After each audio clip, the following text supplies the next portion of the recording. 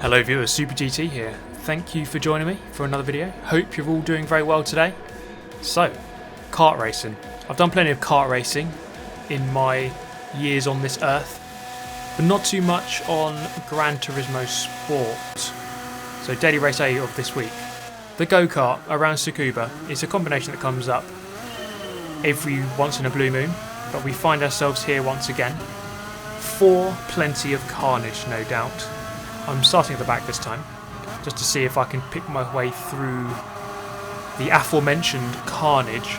We'll see if that is going to be the case. Now the kart racing, it tends to bring up a full spectrum of emotion. You're going to go through some highs and some very, very low lows.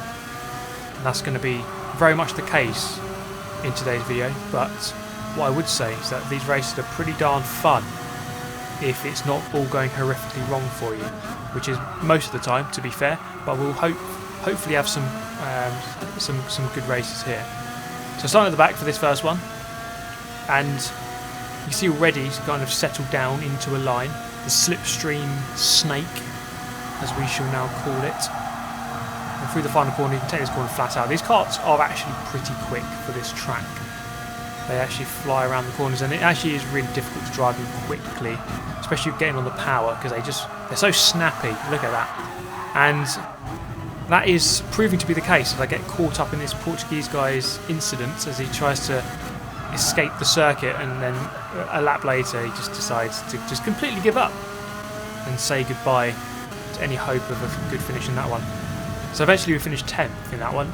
Not really worth showing too much of that one.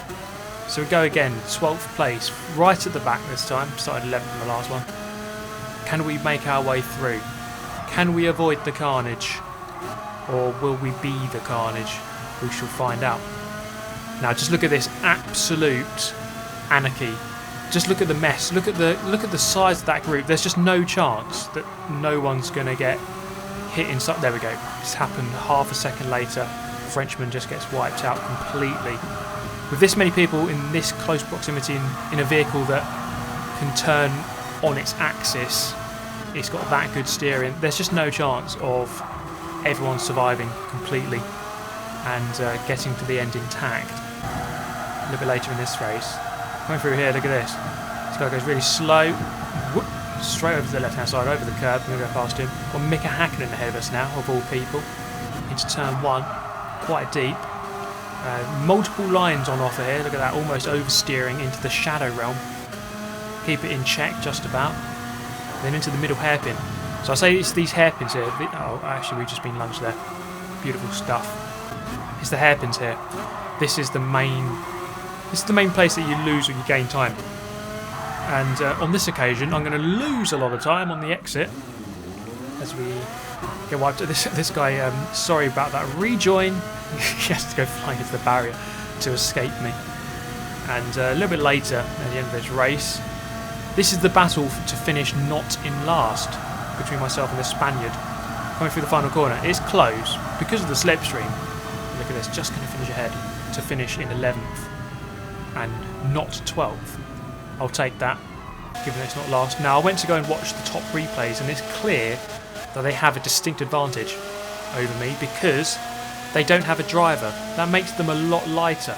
So it's no wonder that I'm off the pace, you know, just watching this. And it does look very, very freaky seeing a kart drive around without a driver. But it's clear that that is a lot lighter and therefore faster. I need to get my hands on this technology to drive the kart remotely. Okay, so the best thing to do when you're not finishing so well, go into a session here, into a qualifying session. Prove your lap time. You see my time's going down, 56.7, 56.4, 56.3, 56.1. Come around here, 56.1 again. So steady improvemements, and then this is going to be my best lap here. So into turn one, it's down to third gear, and then you're on the power before the apex. And I was going to say that it's the three hairpins where you really have to get on the power as early as you can possibly get away with without the kart snapping into the realm. And that is really where the time is made on this lap. Through these corners here, easily flat out, you just have to be as smooth as possible through that right, this left, and then into the hairpin, braking just the end of this Astra on the left.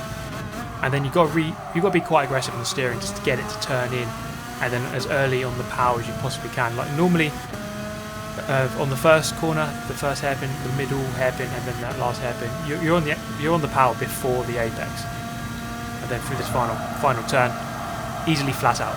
So that is not really much of a problem. Again, it's just being smooth as possible. Across the line, we do a 55.8. Not too bad. You want to be in the 55s ideally, and then we can look at the consistency here. Okay, so one lap was a bit off, 56.8, but most of them low 56s, so that's good consistency. I wasn't able to get into the 55s again. But we'll see if that practice session there, a good 15-20 minutes of practice, will pay dividends and give us some good results, because we come back, now we are starting on pole position. Darth Vader here, whacking it on pole like a boss, and we're going to see if that is enough to have a victory. It's not easy at the front, because of course you have no slipstream here, and therefore everyone can slingshot themselves past you. So into turn 1, it's quite easy to keep the lead from the lead into turn 1. You just got to hope that there's no heroics into San Devot from the guys in second and third. But on this occasion we're fine. We continue. A slight push maybe, but we continue. You kind of have to deal with that. There's going to be contact. It's inescapable to not have contact in these races. It's just going to happen, and you just have to accept it. Now into the hairpin. Once again, I'm not sure how that missile did not engage lock-on and hit me, but I survive. Obviously my radar jamming is good enough at this point. Now into the final corner. The only thing I can do here to protect against the slingshot is to move to the right hand side and go defensive. Plenty more missiles. I mean, you're just going to spend most of the time looking at the radar on this race and on this video, because that's where everyone is. Look at this. 1, 2, there's about 18,000 people in that radar, and all of them are potential threats into any given corner. And therefore you really do have to have your wits about you when you're racing these karts, not just to keep control of the kart, but also just to avoid all of the other karts which could potentially murder you. On this occasion, we are okay. We're sitting in second behind Mika Häkkinen, who's made a return, and we have a Spaniard all over our rear end. He's looking for the lunge. It's not quite going to happen. Now the good thing here, look at this. We are about half a second behind, but we're just going to tuck into the slipstream. So even if I am dropping off a little bit on pace, you're going to gain it all back on the straight anyway.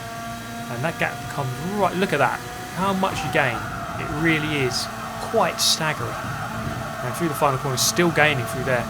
And we're going to get a massive toe. So from that final hairpin all the way to this first hairpin, you can reel in half a second quite easily if you're in the slipstream. It really is quite insane. So, right on him again once again. Third lap. It's only a 5-lap race, and given that each lap is less than a minute, it really isn't a long race. You don't have much time to sort it out. It's fast, it's frenetic, it's furious, and we go into the lead on the outside. Probably not going to work here. I sense a small tap from behind. It's alright though. We go down into third to make our way back up here. Mika Häkkinen's still in the lead. Got a nice gap to the guy in fourth. I'm going to look to the inside here. Look at this. Up the inside we go. Keep it nice and narrow, and reclaim our second place. Mika Häkkinen's still in the lead. Spaniard just behind. Lap 4, 2 to go. Into the first corner. He goes defensive. Goes to the inside. We're going to respect that and go around the outside. Not quite going to pay off. Spaniard comes through, and it gets cut off by Häkkinen. We're going to cut back into second place around the outside now then, into the middle hairpin, and Spaniard back up the inside. We're side by side here, coming into this 90-degree right-hander. There's contact once again. He wants more space than I can afford to give him, and back into second. It's changing, it's chopping and changing every corner here, with a decreasing amount of laps left to go. Into the final hairpin of the penultimate lap. Can we tuck into this toe here? Yes, we can. Are we going to be able to get the slingshot? Maybe not enough. We're going to max out on speed here. He's gone defensive. He's gone to the right-hand side. It's going to be a brave move around the outside. Probably not going to work. So we're going to have to go for the cutback. Yes, there we go. It's worked to perfection. We've got the lead at the beginning of the final lap, the important lap. It doesn't matter if you're not in the lead. The only time it matters if you're in the lead or not is at the end of the final lap. But already we've gone down to second. The Spaniard does a tasty little cutback on the pair of us and goes up into first place. But maybe second place is the best place to be because, well, not at the end obviously, but at this point in time you might be able to get the slingshot on him. Or are we just going to go for the dive bomb of the century? Yes, you bet we are. Up the inside we go. All over the curve. Wasn't not the most polite move of all time. And we've been done again by the Polish driver here. Now into the final corner, tuck into that toe as much as possible. It's going to be quite close here through the final corner. Moving to the left hand side, all over the curb and across the line, 0.024 or 0.026 it says there. Very, very close indeed. Less than 0.2 of a second between the three of us. And it's a second place. We're going to have to go again. We can't be accepting second. Not here, mate. So we pull away from the line once again. From first place, from pole position, should be alright just to go in here. So we survive turn 1. We get into the corner just nice. Now there is an update coming very soon to the game. All the details are on the Gran Turismo website. So they're going to be decreasing slipstream. They're going to be changing quite a few things actually, which is good news. I still have always said the slipstream is too strong at the moment, and it is certainly too strong in these cars. There's basically no chance of pulling away from anyone in this race unless you're about 2 seconds ahead. It's just not going to happen because of the toe. Now we get ourselves a 0.5 second penalty, but the main penalty here is the fact that you can't actually see anything. GG, game designer. So that 0.5 second penalty probably pales in comparison to the fact that I'm actually blind for a whole lap. But we're going to have to try and deal with that the best we can by going very narrow. And, you know, look at this, right? This guy, you just know that when they've got an Ayrton Senna helmet, that they are going to 100% send it on any given opportunity. That, unfortunately, is part of the legacy of Ayrton Senna, where people see a space and they will just always go for it.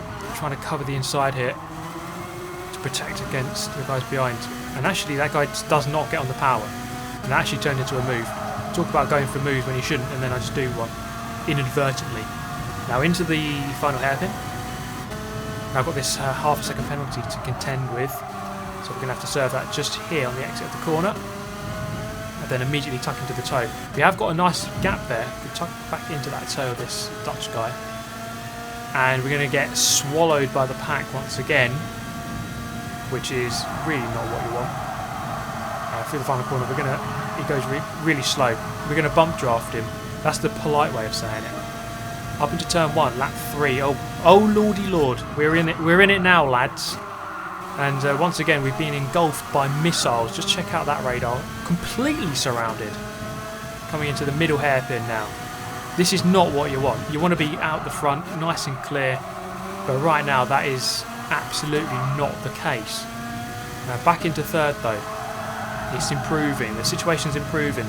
Can we tuck into the slipstream of the Spaniard and therefore the slipstream of the Dutch guy as well? It's not over.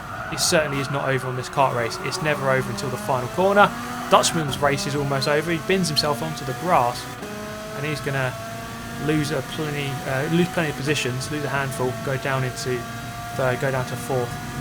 So now we have the dynamic duel between myself and the Spaniard. Can we overhaul him and finally go for that win? I'm going to go for the move now. I'm going to turn into Ayrton Senna. As we come into turn 1, that's actually a decent move though, to be fair. As we get the job done. Into the lead, oversteering way too much. I thought I had the lead, and then immediately I'm down to third. Under pressure for my third as well from fourth place on my right hand side. It really is kicking off. You can't rest for a half a second here because I was potentially in the lead there. Now I'm fourth. Look at that. It really just flips on its head in an instant. But we continue. Once again, it's still not over till it's over. Spaniard in the lead. Dutch guy's come back here after binning himself into the grass. So he wants a chance of winning this race. Onto the grass again, almost there. The Dutch guy settles into position, into the line. The pole in the lead. Spaniard is second. And I'm getting swarmed again by Spaniards in the pack just behind as we come through the final corner for the penultimate time. Move to the right hand side. Can we get the undercut on this guy? The Dutch guy into turn 1. Look at the slingshot there. We're going to get the move done. On the pole, maybe not quite. The Spaniard just drifts wide. He's on the grass. He was in the lead. Look at him tumbling down the order. Down to 8, outside of the top 8. That's gonna haunt him for the rest of his life, I think. The fact that he could have won this race and he's now outside of the top 8. He's not gonna sleep for weeks after that. But the most important thing here is that we have a chance of the win. Myself against the pole into the final corner. I do worry that I'm getting that flag wrong, and it's the Monaco flag. But into the final corner then. We've got Ayrton Senna behind. You just know he's going to send it. He's got a Senna helmet. It's guaranteed. We're going to have to go to the outside here. And yes, you guessed it. We're going to get absolutely mullered into the barrier realm. Wouldn't you know it? So a race that could have potentially been a win. We're going to end up 9th. And now it's my turn to not sleep for weeks. And that's going to go to my grave, you know. I'm not going to ever get over this. Ayrton Senna, the legacy of Senna. Here it is, ladies and gentlemen. Yes, if there's a gap, just go for it, even if it really wasn't on. Yeah, there you go. Shame, really, isn't it? So we move on. We can't be taking this, guys. We can't be having this. Constantly getting battered and not winning the race. We're going to have to go again. And we are surrounded by the Spaniards. It's been basically a repeat of the Spanish Armada, you know, all those battles. I can't even remember the name of the war. I'm trying to be all clever here, but this isn't sounding particularly clever. My only hope for this one is defending so much that the pack behind me just eventually annihilates each other, and that sort of happened to an extent. Now here, covered the inside, still goes for the move, boom, out of the way. So you can guess rage levels were really rather high here. So we're going to build up to a massive revenge attack, John Cena style. And all we end up doing is sending ourselves into the realm. And to be honest, that was really quite an embarrassing moment. Turns out those pit barrier boards are not destructible in a go-kart. And all I did was end up making myself look like an absolute pleb. So we have one more chance here. One more chance to redeem ourselves. We're going to try to win. Nothing other than a win. Or at least beating the Spaniards, who have been the pain in my backside for the last couple of races. Ayrton Senna here. He didn't die really. His legacy continues in the way of dive bombs in video games. And that is something that I'm deeply against. Well, it's not really, because I sometimes like to do a good dive bomb every now and then. Don't we all love a bit of a dive bomb? I'm talking crap really, aren't I? Right. Okay. Let's get into this race. Now, Kay Atkins, the guy in the lead there, was at the time of recording top 10 in Europe on the leaderboard. I think it was second at the time of these races. So obviously very quick and not going to be easy to beat at all. And obviously opting for the very defensive line. Look at that. 3 abreast here coming into the first corner. Probably not going to end well. Go quite deep. Atkins retakes the lead. And we're going to go back into third. So swapping and changing. Just your typical kart race. It's always like that. Now, I think a lot of you are going to ask, does the karting feel like it does in real life? I'd say that these karts, it's really hard to simulate a kart properly. I don't think many games do it well. Kartcraft does it quite well. But it is a bit too twitchy, I'd say. And sometimes even going into the corners it doesn't steer enough. And then when you're on the power it steers too much. So it is it's not quite there. But it's not a billion miles off. Let's put it that way. It's more like a million miles off, not a billion. If that is some sort of scientific measure, and you can understand that, but you probably can't. Okay, into turn 1 then. It's almost like we're repeating our 3 abreast. Ayrton Senna into the lead. Atkins retakes it. Really good on power. That's the one thing I noticed, and I said earlier, it's all about getting on the power as early as possible from the 3 hairpins on this lap. And Atkins was really good. Look at that. Look how quick Atkins is on the power. Confident. Easy. no drama from Atkins. Just getting on that throttle pedal as early as possible and gets out of the corner before anyone else. And that's the key to speed in these go-karts. Alongside just not binning it as well. That's the key to the race. So Atkins retaking the lead, or just keeping the lead. I'm going to tuck into the toe here. Are we potentially going to be able to overhaul him into the final corner? It goes narrow, go to the outside with the slingshot. It's very hard actually to go around the outside on this corner, but we've done this move a couple of times before, which is the cut back. Can we do it? Yes, we can. I think he thought I was going to go to the outside, but no. 3 abreast again into the first corner. Surely this is not going to end well. We keep it nice and narrow. Atkins looking for the cut back.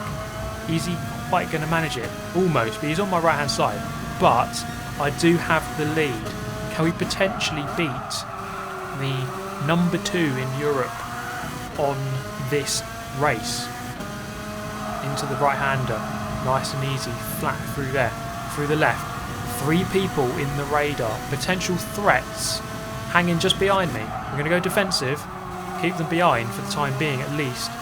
Atkins with a really good exit, and I want to move over to the right hand side here, but I can't really do too much because he is on my right, and we're going to have to respect that space immediately to my right hand side.